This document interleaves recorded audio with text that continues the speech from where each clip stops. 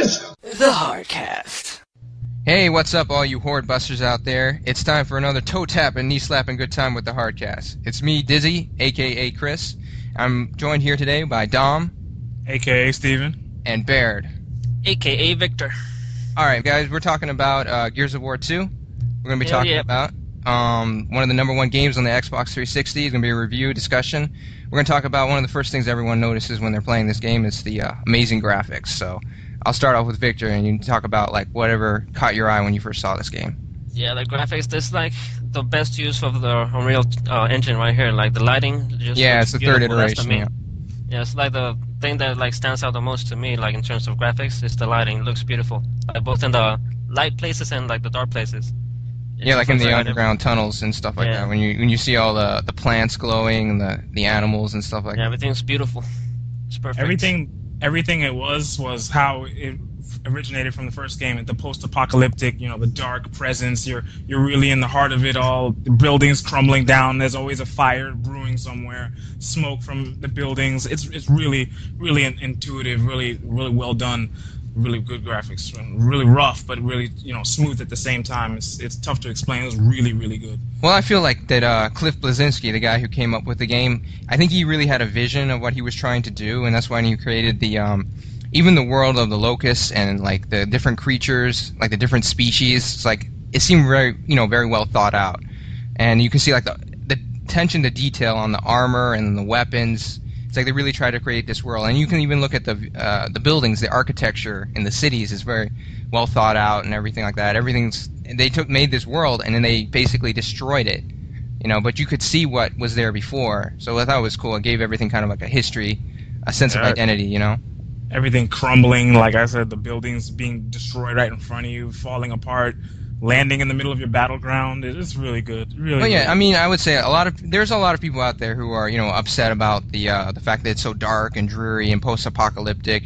I mean, I kind of dig that kind of stuff, so I don't mind. It gives it that gritty, kind of realistic feeling to me. But I can understand people like kind of get sick of that. They want something more colorful and all that. But for me, I really liked it. Yeah. I mean, I really liked the experience of it, like that, especially that one part where like you're running through the city that just sunk down, so you're like actually in the hole and everything's like crumbling on top of you. You can like barely see any sky on top of you.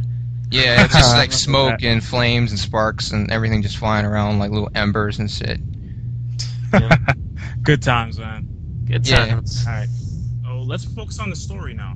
Let's get down to the why these guys are in such a panic to get rid of the Horde. So let's see. Victor, what do you think about the story? The story was pretty good. I mean, I never really played through the first one, so I don't know like exactly like everything that happened. I only played a little bit of the first one, but I mean the story was good. It was there. It felt like it gave me something to like move towards. I wanted to see what happens next. Right. Well, I would say it definitely was better than the first one. I played through the first game, and I would just say that you did not play that game for the story. I mean, you could even make that point for Gears of War 2, but it was definitely, if you were looking for a better story, it was definitely there. Present in Gears of War 2, right? Yeah. For me, the story was really intuitive. How you'd go from the hospital in the beginning, you're still training the Rook. Remember Carmichael? You just finished training him. You're already off to the mission. There's no pause. There's no break. You don't have any time to breathe. You just start running off. You're being flanked on every side. This enormous, the Horde. You're trying to push back the locust Horde. You're pushing them back. You feel the epic presence of whatever you do matters. Well, I would agree with that, the epic presence, but I think that a lot of that has to do with the production values and everything like that, because, I mean, the voice actors were really good.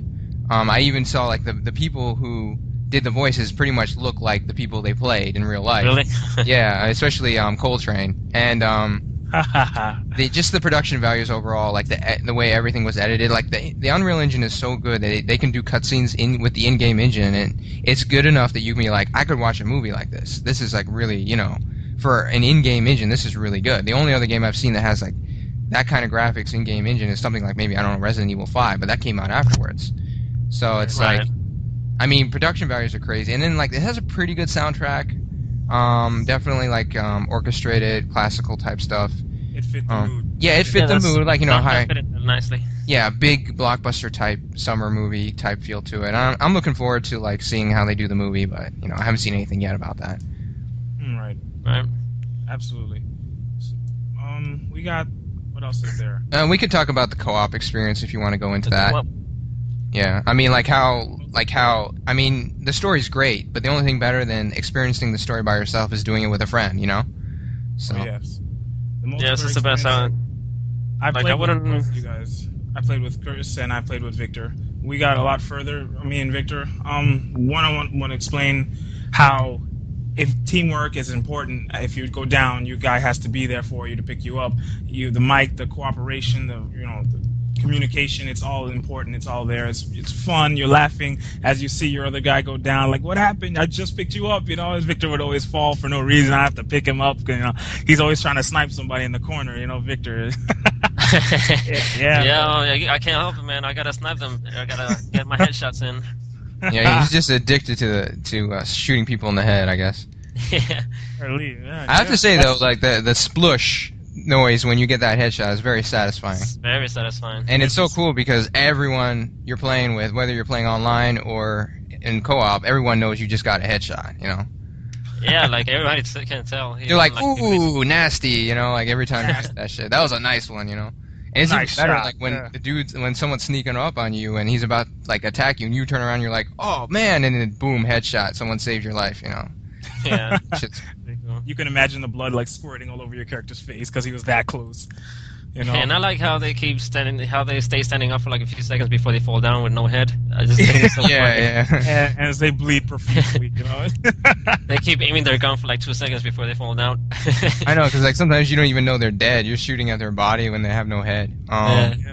But one thing I would mention though, like the game is pretty solid overall, but there are some bugs, and they're more apparent when you're playing in co-op. I think that has more Especially in to do with like network issues, Xbox Live, everyone has a different connection, so on and so forth. So, bugs. I guess it does have to do with the connection, because like sometimes me and Steve were playing, and then like I saw some like locusts in front of us, and I was like, "Yo, Steve, shoot him!" And he's like, "Oh, where are they?" He couldn't see him. Yeah, there's other issues where like Victor would load in the game before I would. The host would get in the game and the second guy is still loading while he's already fighting the war by himself. It's ridiculous. I'm sitting there like, Victor's like, "Where are you, Steve?" I'm like, "I'm still loading." It's really ridiculous. They need to fix that for sure for the next one, definitely.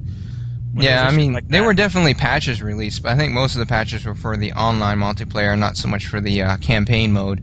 Yeah, most of them. Yeah, I mean, there were issues with either one. I think it was more like they had to get the game done in time for, the holidays and all that kind of stuff. I mean, overall, I'm happy with the game. The game is definitely playable, definitely fun, but it seems like, it lacks a little polish in some of the beta testing and bugs and stuff like that. Fine-tuning. A little elbow grease here and there. Right. I guess we can talk about, like, some of the big moments in the game, like the boss battles. I mean, like... The epic boss battles. Right, I mean... Especially compared to the first game, they're pretty damn epic. Epic. Ridiculously. I mean, all odds are against you. Like humongous building-size enemies. You've got the giant, worm, you got the worm that's destroying. Oh yeah, the worm. You gotta cut up its heart. You gotta go in there and solve the problem. Like literally, you're the doctor and you're doing a multiple chainsaw bypass. It's ridiculous. Like that's what they call it in there, the chainsaw bypass. Yeah, I think afterwards they took away my PhD. So. So, Chris, is there any boss battle that really stood out for you? Well, for me personally, I really liked it when you were on that little boat. The raft, the little gunship thing, and then the freaking sea dragon monster thing with a huge ass mouth, and you got to throw the grenades in there. Oh, that shit was crazy. Let's not forget his tentacles. Yeah, the tentacles. Well, yeah, I like tentacles, so. Legendary amounts of tentacles. Yeah, it's just like when the tentacles are coming at you, that's when that gets my blood pumping, Oh yeah, gets you riled up, man. Gets you hard. I don't know. I felt kind of bad for him every time I had to chainsaw his tentacles, So I'm like, man, we're both guys and all. I don't want to be doing that to you. And then you see all that blood squirting out of it. I know. He's like, obviously he was having a good time. All that blood in his tentacle, Yeah, man. What was he doing before we showed up? He was stroking off, I guess. Yeah, I guess